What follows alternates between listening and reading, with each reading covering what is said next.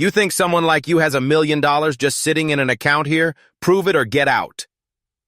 The branch manager's voice rang across the marble lobby, loud enough for every customer to turn and stare. A man in a plain white t-shirt and faded jeans stood still, holding his ID and bank card. His shoulders didn't move, his jaw didn't clench, but something in his eyes shifted.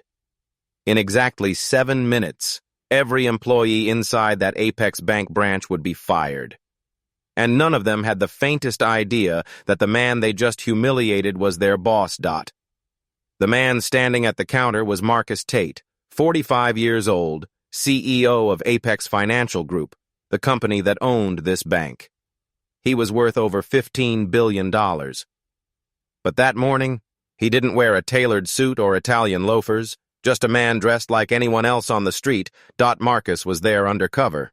His office had been receiving anonymous complaints on Reddit and X, stories of minority customers being mistreated, interrogated, even accused of fraud at this very branch. Marcus didn't believe in corporate investigations from afar. He believed in seeing the truth with his own eyes. "I'm here to make a withdrawal," Marcus said calmly, sliding his card across the glass counter. $1 million wire transfer. The room fell quiet. Branch manager Pamela Reed, 50 years old, arched an eyebrow and didn't touch the card. She looked him up and down. "$1 million," she repeated, a smirk curling at the edge of her mouth. "In that outfit?" Marcus didn't blink. He simply nodded. "Yes, from my Apex account." That's when teller Ryan Holt, 32, chimed in through the intercom speaker loud enough for everyone in the lobby to hear. "Sir, we'll need to re-verify your identity. We've had scammers dressed like that before." Laughter bubbled up near the back of the line. Marcus's heart didn't race. His voice didn't rise. "My ID is valid," he said. "So is my account." Ryan didn't even bother glancing at the screen. "You'll need to provide proof of funds," he said smugly, "and maybe change your story." Pamela crossed her arms. "Unless you're here to cause trouble." Then it got worse. Teller Sarah Clean, 28, leaned forward, grabbed Marcus's card, and without checking, slid it into her drawer and locked it with a click. "This card looks suspicious," she said. "Honestly, you probably stole it. You need to leave." One woman gasped. A man near the potted plants whispered, "Did she really just say that?" And from the side of the room, a phone lifted. Olivia Grant, 29, a white marketing consultant and regular customer, had heard enough. She tapped record. "This is racism at Apex Bank," she said loud and clear. "And it's going online." Meanwhile, a young teller named Mia Brooks, 25, was frozen in disbelief. She had worked at the branch for 2 years, always under Pamela's stern management. But this was different. "He has every right to be here," Mia said softly. Pamela glared at her. "You're not paid to argue." Mia stepped forward. "I am paid to follow policy, and you're breaking it." Sarah sneered at Mia. "You don't know who this guy is. He's trying to scam us." Marcus turned slowly to look at Sarah, then at Pamela, then back to the drawer where his card was now trapped. "You're ruining Apex," he said quietly. "This isn't about me. It's about you." Flashback, 20 years ago. Marcus was 25 and fresh out of grad school when he walked into a small bank in Texas, hoping to withdraw a down payment for his first investment property. He wore jeans. He had an honest smile. But the teller didn't see potential. Only a young black man dressed like a thug. They told him the funds were under investigation. He had to return with a suit and a lawyer before they took him seriously. That moment never left him. It planted a seed, a fire to create a financial institution where no one would ever be treated like he was that day. Back in the lobby, Pamela pressed a button under the desk, logging a silent note. "Possible fraud. Escalate. She turned to Ryan. "Call it in if he doesn't leave." Ryan's voice shook the room again. "Final warning, sir. Leave now or we escalate to law enforcement. Marcus didn't move. Instead, he pulled out his phone and dialed. Lena, he said when his assistant answered, activate the internal system. On the other end, Lena's voice came through clear. It's live. We're monitoring everything. Say the word. Marcus didn't say the word. Not yet. Mia stepped forward again, blocking Sarah from the drawer. You locked his card without justification, she said. You could lose your job for this. Sarah rolled her eyes. I'm not worried. Pamela snapped. Enough. You're embarrassing yourself, Mia. Ethan Cole, a 33-year-old journalist standing behind Olivia, caught that too on video. She's protecting the customer, he said, and you're violating your own code of conduct. More customers began murmuring. One man said aloud, Is this how you treat all black men in jeans? Pamela responded without hesitation. We treat suspicious behavior the same, no matter the color. Marcus's face was still calm, but his fingers curled slightly into a fist. You'll regret this, Pamela, he said evenly. All of you will. And then came the small twist. Ethan leaned over and tugged the drawer slightly open before Sarah slammed it shut again, but not before he read the name on the bank card loud enough for the to hear. Marcus Tate, he said. This card says Marcus Tate. There was a pause and then a sharp intake of breath. Someone whispered, Wait, that Marcus Tate.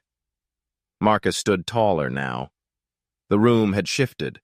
The tension was no longer on him. It was turning slowly, and Pamela felt it dot.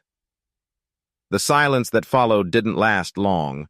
Pamela's eyes flickered just for a second, but it was enough for anyone paying attention to notice a shift. Lock the drawer, she hissed to Sarah. Don't let anyone near that card again. Sarah pressed her palm to the top of the drawer like it held national secrets. This card's suspicious, she snapped again. We asked him to leave. That's final. Ryan didn't hesitate this time. He stepped around the counter, his hand gripping Marcus's elbow tightly. Let's not make this harder than it has to be, he said through clenched teeth. Time to go. He's a client, one man shouted, pulling out his phone. You can't put hands on him. But Ryan, fueled by Pamela's silent nod, kept his grip.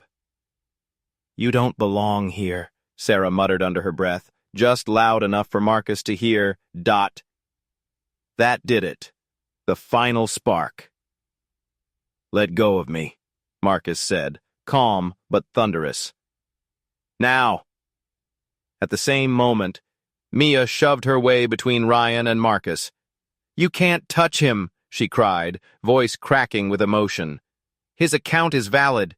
You haven't even looked at the screen. Then an explosion from the far side of the lobby. This is injustice, shouted Ethan, now live streaming to Reddit. They're physically removing a customer with no evidence. This is racism on full display at Apex Bank. The live stream picked up gasps, overlapping voices. Olivia added, The whole country's going to see this. The temperature of the room had changed. The story was no longer confined to marble floors and glass partitions. It was bleeding into the world beyond through screens and cameras and shared outrage. Flashback. Marcus, age 15. He had walked into a small local branch with his grandmother's savings bond in hand. The teller looked at his dark skin and oversized hoodie, then asked if he was running an errand for someone. When he said no, that it was his grandmother's, the teller called over a manager to verify. They never cashed the bond. His grandmother had to come in herself, back in the present. Marcus didn't resist, but he didn't move either. I came to withdraw my money, he said. You've now accused me of theft, taken my card, and put hands on me. This will not go unanswered. Pamela rolled her eyes. Oh, please, you're a threat and we're following protocol. Protocol? Mia snapped. No, you're abusing power. Pamela leaned toward her and lowered her voice to a whisper meant only for Mia. I warned you once. Keep this up, and you're next. Mia blinked, stunned. Then her expression changed like something inside her had cracked wide open. "I've seen you do this before," she said aloud, her voice no longer trembling. "Last year, a black customer asked to speak with a loan officer. You made him wait an hour, then denied him without checking his file." That made Pamela flinch for the first time. Olivia stepped closer. "Wait, you've had complaints before?" Mia nodded. "And she buried them." Customers began murmuring louder. Marcus, hearing that, turned slightly to face the room. "They think they're untouchable," he said. "They believe appearance equals legitimacy. They've mistaken arrogance for authority." At that moment, Lena's voice came through the phone in Marcus's pocket. "Internal system is live. Marcus, we're capturing audio and customer testimony. You have full audit." Horization. He didn't answer aloud. Instead, he looked at Sarah. "Return my card." Sarah froze. "No." "Return it," he said again, eyes hard now, no longer soft-spoken. "You've made your point. You've crossed every line." She shook her head. "We're not done here." Olivia pointed a finger at her. "You should be." Ethan added, "Reddit's watching. Thousands are tuning in. You're going viral." Pamela looked panicked for just a moment, then snapped, "Everyone put your phones away." But no one listened. Instead, the crowd grew bolder. One woman said, "You owe him an apology." Another man asked, "Where's corporate?" Pamela barked, "We are corporate." Marcus smiled faintly. Not for long. Ryan, still standing beside him, hesitated. "This is going too far," he muttered to Pamela. "We can't keep pushing this." But Pamela ignored him, raising her voice again. "This man is not who he says he is." That was when the medium twist struck. Mia stepped forward, trembling but brave, and pulled up the system on her side screen. "I looked him up," she said, voice loud and clear. "His account is real and it's massive. He's not just a client. He's a top-tier executive account holder." Silence. Pamela's mouth dropped slightly. Ryan stared at the floor. Sarah's face went pale. Olivia let out a breathless, "Oh my God." And then Marcus spoke again, still holding his phone in his hand. "You're going to regret this, not because of who I am, but because of who you've chosen to be." "Security code red!" Pamela barked, her voice cutting through the chaos like a whip, even though no security officer existed in that branch. It was a bluff. "Remove him now!" she screamed.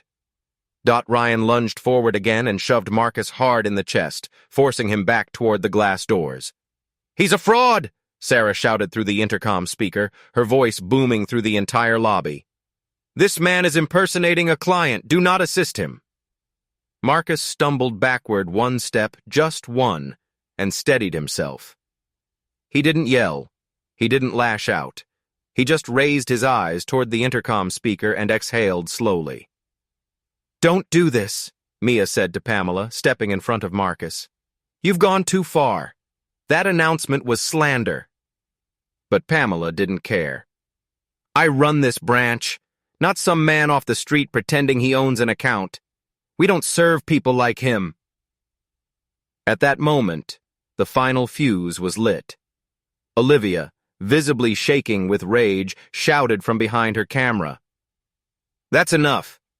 You just told the whole room he doesn't belong. On what grounds? His skin, his clothes." Ethan, still live streaming, panned his phone across the room. "This is a banking hate crime happening live in downtown Seattle." The room grew tense with shared electricity. A young Latino man stepped forward and said, "I've been treated the same way at this bank." Flashback. Marcus at 30. He had just closed a major funding deal and entered a bank to open a business line of credit. Dressed well, speaking confidently. Still, the bank manager asked him 3 times if he was authorized to use the account. I just need to verify you're not fronting for someone, the manager had said. Dot back in the lobby. Marcus's voice was no longer calm. It was firm. You've slandered my name. You've violated banking protocol. You've taken my card, refused service, and humiliated me in front of this entire lobby. Ryan's grip loosened. I just followed orders, he muttered. You put your hands on me, Marcus replied. You physically pushed a client. Mia stood beside him, trembling but fierce. I've submitted an internal ethics report, she told Pamela. They'll get it today, and this time, someone will read it. Pamela let out a bitter laugh. Your career's over the moment this ends. Suddenly, a line formed, not at the teller counter, but between Marcus and the exit. 5 customers stepped forward and blocked Ryan's path. One man crossed his arms. No one is dragging this man out of here, he said. Marcus stepped forward again, the crowd forming a protective ring around him. You have one last chance, he said to Pamela, to walk this back, to apologize, to admit you were wrong. Pamela crossed her arms. I'd rather be fired than apologize to someone who walked in here thinking he could manipulate us. Marcus looked at her, then at Sarah, then Ryan, then finally at Mia. You're not the only ones being recorded, he said. You're being documented, logged, witnessed. He raised his phone. And this branch is being reviewed at the highest level. Pamela laughed again. By who? Corporate's not watching this. And that's when the large twist hit. Olivia turned her camera directly on Marcus and asked, Sir, who are you? The room fell silent again. For a moment, Marcus didn't answer. Then he simply said, You'll find out very soon. Mia's eyes widened. She had suspected, but now it was clear. This man wasn't just another client. Pamela squinted. What's your name? She demanded. Marcus didn't flinch. You already heard it, he said, nodding toward Ethan. You just didn't listen. And the crowd gasped again. Someone whispered, He's Marcus Tate. Another, the CEO. Olivia dropped her phone for a moment. No way, that can't be. And then Ethan, still holding the live stream, said aloud, Wait a minute. Marcus Tate, the owner of Apex Bank. The silence that followed was deafening. Pamela's jaw went slack. Ryan stepped back like he'd just touched fire. Sarah staggered toward the drawer and fumbled for the key. No, she whispered. This is a setup. Mia exhaled sharply, tears rising in her eyes, not of sadness, but of vindication. Olivia turned her phone to the crowd and said, You're watching the moment a bank branch tried to expel its owner for looking like he didn't belong. Marcus looked around the room, not with arrogance, but with something deeper, a kind of grief. This wasn't supposed to happen again, he said softly. Not here, not in my bank. The air inside the Apex Bank lobby had turned electric, dense, volatile, and moments from combustion. Pamela's confidence was cracking, but she wasn't done. This is an impersonation scheme, she yelled, desperate now. He's not who he says he is. Do not listen to this man. She turned to Ryan with a jerking nod. Push him out now. Ryan didn't move. Pamela barked again, louder this time. Move him! And Ryan obeyed. His jaw clenched, his hands balled into fists, and he lunged forward harder than before, slamming his forearm into Marcus's chest and driving him back toward the entrance. The room gasped. Marcus stumbled back, colliding with two. He glassed door, breath catching in his throat. Mia ran forward instantly, shielding him, hands outstretched. Stop it! She cried. He's your CEO! Her voice cracked, but it carried. For a split second, the entire room froze. Ryan's hand dropped. Sarah stood still, frozen in disbelief. Pamela's lips parted. What did you say? She whispered. Mia turned slowly to face her boss. You heard me. That's Marcus Tate, the owner of Apex Bank, the man whose card you locked away like stolen property, the man you tried to shove out of his own branch. Olivia's camera was trembling now.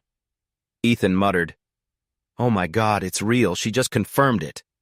And the lobby erupted. Customers began shouting, not in confusion anymore, but in rage. "He's the CEO! You tried to assault your own CEO!" one man yelled. A young woman stepped between Marcus and Ryan and held up her phone like a shield. "You're not touching him again." Two more customers flanked her.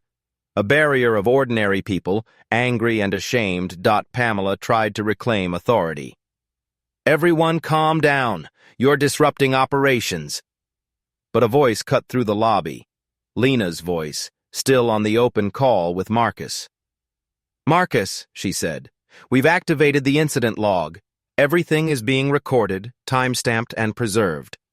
We have the footage. You have board authorization to proceed." Marcus didn't move. Not yet. He looked around the room at the customers, at Mia, at the faces staring back at him with fire. This was no longer just about him. This was a reckoning. Slowly, deliberately, he stepped away from the door toward Pamela. "You pushed me once," he said softly. "Then twice. You had every chance to de-escalate. And instead, you doubled down. You used that speaker to humiliate me. You ignored protocol. You weaponized race. And now you're going to face the consequences." Pamela looked like she'd been struck. "You're bluffing, sis," he stammered. "You wouldn't come in here dressed like that." Marcus didn't move. Not yet. He looked around the room at the customers, at Mia, at the faces staring back at him with fire. This was no longer just about him. This was a reckoning. Slowly, deliberately, he stepped away from the door toward Pamela. "You pushed me once," he said softly. "Then twice. You had every chance to de-escalate. And instead, you doubled down. You used that speaker to humiliate me. You ignored protocol. You weaponized race. And now you're going to face the consequences." Pamela looked like she'd been struck. "You're bluffing," she stammered. "You wouldn't come in here dressed like that." Marcus's voice dropped to a whisper. "I didn't pretend. I came as a customer. I came because I wanted to believe this branch had changed. But it hasn't. You're still who you've always been, just bolder now, because you thought you were safe." He turned to Ryan, who had taken several slow steps back toward the teller line. "You shoved me twice. You escalated without checking a single fact." Ryan's lips parted, but no sound came out. Marcus turned to the crowd. "That's always the excuse, isn't it? We didn't know that I was a CEO, that I was wealthy, that I had the right to be here." His voice rose, not with anger, but with gravity. "But the truth is, you didn't care, because what you thought you saw was a man who didn't belong." Olivia said aloud, "That's the part that hurts the most." Ethan added, "He shouldn't have to be a CEO to be treated like a person." Pamela was sweating now. "You can't fire us," she snapped, though her voice had lost all its venom. "You have to go through process protocol." Marcus pulled out his phone and dialed again. "David," he said, "I need you on the line." Seconds later, a second voice joined. "David Ellison, board member at Apex Financial Group. Marcus," he said, "we're monitoring the feed. You're clear to act. Board has voted to SU. Purport full executive authority under your discretion." Pamela blinked rapidly. "What does that mean?" Marcus didn't answer her directly. He stepped beside Mia and looked her in the eye. "You've been brave today and principled. You're the kind of leader this bank needs." Then, turning to Lena over the phone, he said, "Begin processing staff terminations for Apex Seattle branch. Pamela Reed, Ryan Holt, Sarah Clean, effective immediately." Lena's voice was calm but firm. Confirmed. Processing now. Digital access revoked. HR has been alerted. Gasps swept through the room. Sarah actually staggered back against the counter. "You can't do this," she said. "This is insane." Mia stepped forward. "No, it's justice." And then came the very large twist. Ryan, pale and shaking, looked directly at Marcus. "There's something you need to know," he said. "Pamela told us not to serve certain customers. She had a list. She said to delay service for anyone who looked off." The room fell silent again. Pamela's face went white. "That's a lie," she shouted. "He's trying to save himself." But Ryan shook his head. "It's not. It's all true. She said the bank didn't need those kinds of accounts. She said if they got upset, just stall, then call escalation." Olivia gasped. "You had a playbook for discrimination." Marcus stepped forward slowly. "Thank you, Ryan," he said, voice icy. "You still lose your job, but your honesty might keep you out of court." Pamela screamed. "This isn't fair. You can't believe him." But the crowd already had. A woman near the door shouted, "We knew this place was toxic." Lena's voice returned. "Media has picked up Olivia's video. It's spreading fast." And Marcus, standing in the center of that lobby, didn't look smug. He looked tired, but resolute. "This isn't about revenge," he said to everyone listening. "This is about integrity. No one should be treated the way I was treated today. Not me, not anyone. And starting now, Apex Bank is changing." Customers broke into applause. Not thunderous, but steady, respectful, earned. Marcus turned to the remaining tellers. "If you've been silent until now, that silence won't protect you much longer. Make your choice." And with that, the tide fully turned. The branch wasn't a bank anymore. It had become a courtroom. The jury was the public. The sentence had already begun. Pamela Reed was still stammering denials when Marcus stepped fully into the center of the lobby, his plain white t-shirt now seeming like the sharpest suit in the room. "I am Marcus Tate," he said, calm and unmistakable. "Chief Executive Officer of Apex Financial Group, 35% shareholder, owner of this building, this branch, and the chair you're standing behind, Pamela." The silence was total. Customers stood motionless. Sarah froze like she'd forgotten how to breathe. Ryan's jaw dropped. Pamela's face turned ashen. "I came in the same way every customer comes in," he said. "Unarmed, unescorted, dressed in ordinary clothes, hoping to be treated with the same basic dignity you'd give a stranger. What I got was suspicion, contempt, and then violence. And I want every person in this building to remember that because it ends now." His phone remained in his hand, still connected to Lena. "Lena," he said evenly, "you may now proceed." Her voice, cool and exact, echoed back through the speaker. "Pamela Reed, branch manager. Ryan Holt, teller. Sarah Clean, teller. Your terminations are being processed effective immediately under CEO emergency authority. Digital credentials deactivated. HR notified. Regional security notified." Pamela lurched forward as if to protest, but her monitor blinked black behind her, her access revoked in real time. "This is illegal," she cried. "You didn't give notice." Marcus turned to her. "You ran the investigation yourself the moment you chose to profile me. You conducted the trial when you humiliated me over a speaker, and you executed the sentence when you tried to physically eject me from a bank I own. You just didn't know I was watching." Ryan didn't say a word. He lowered his head, hands clasped like a child about to be punished. Sarah unlocked the drawer with shaking fingers and placed the card on the counter. She didn't speak. She didn't apologize. But Marcus didn't look at her. His eyes had moved to Mia, who was standing still, tears just beginning to pool at the edges of her eyes. "Mia Brooks," Marcus said. "You're being promoted effective immediately. Corporate services will follow up.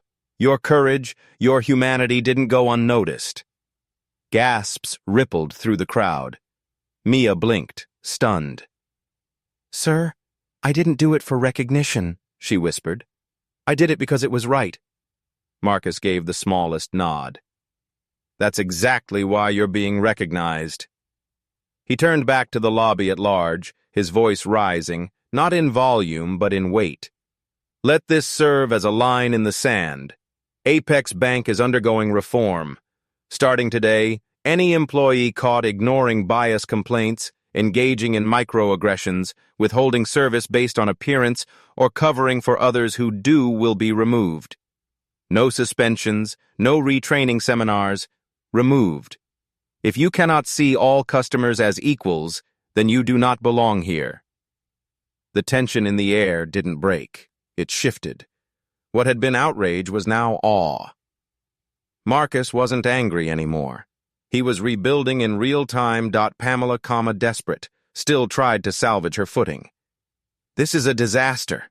You'll lose half your staff." Marcus turned to her, eyes sharp. "I'd rather lose staff than lose our soul." And then came the huge twist. Ryan took a step forward. He was still trembling, but this time it wasn't from fear. It was from release. "Mr. Tate," he began, not daring to meet Marcus's eyes. "I need to say something. On the record." The room hushed again. Marcus gave a nod. "Speak." Ryan cleared his throat, and for the first time since the morning began, his voice sounded human. "Pamela instructed us to delay service for certain customers. She didn't call it profiling, but we knew. She'd say things like, make them wait, see if they're serious. If they don't dress right, they don't bank right.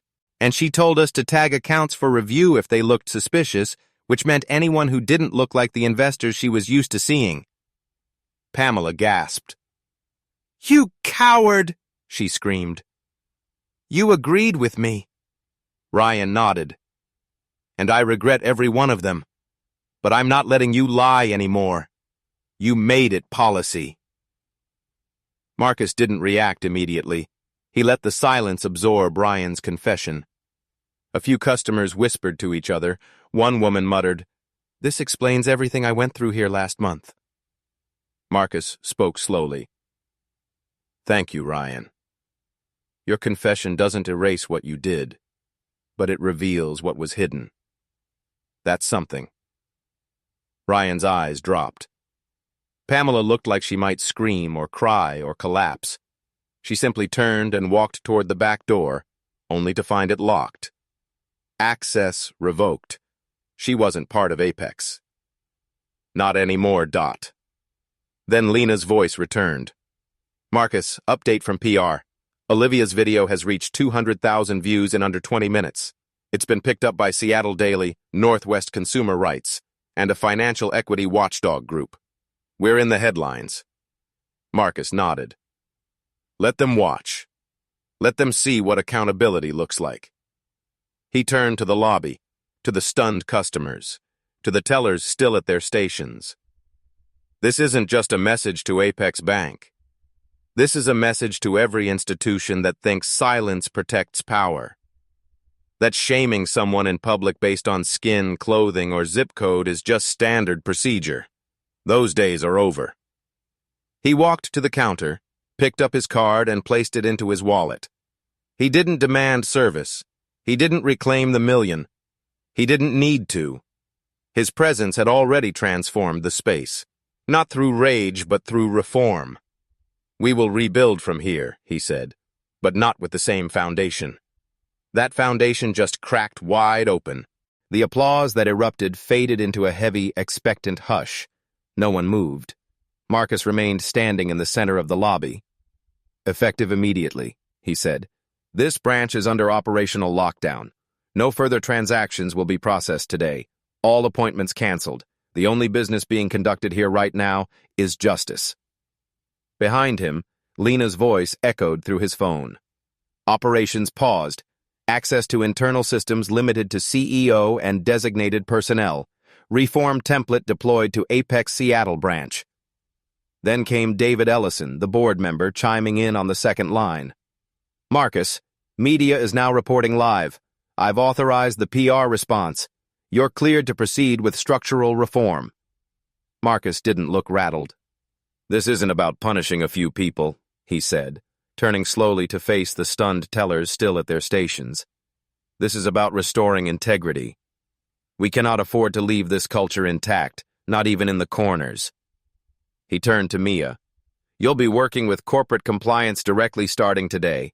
I want a full review of every discrimination complaint logged here since 2020. No file stays buried. Mia nodded, stunned but steady. I'll handle it. As Marcus approached the teller line, one of the remaining employees, a teller no older than 23, raised a hesitant hand. Sir, I think you should know something. Marcus turned to him. Speak freely. The young man glanced nervously around the room, then back to Marcus. Last fall, Pamela had a policy. She called it selective screening. It wasn't on paper, but she told us verbally that certain clients should be treated with extra scrutiny. She never said it directly, but we all understood who she meant. The room stilled again. Marcus said nothing, only waited. Dot. The teller continued. There were at least 3 written complaints from customers who said they felt racially profiled. One was a black business owner who came in to deposit revenue. The other 2 were Latino and Filipino clients. Pamela told us to delay their transactions, then later told Ryan to remove their names from the follow-up queue. Marcus's stare shifted sharply toward Ryan. Is that true? Ryan hesitated, but the moment had passed for hesitation. It is, he admitted quietly. We didn't log the complaints, we shredded them. Several customers gasped. You destroyed formal complaints of discrimination. Marcus's voice was still steady, but cold now. On whose order? Ryan swallowed hard. Pamela's. Always Pamela's. Olivia muttered, This wasn't just bias, this was a cover-up. Marcus stood straighter.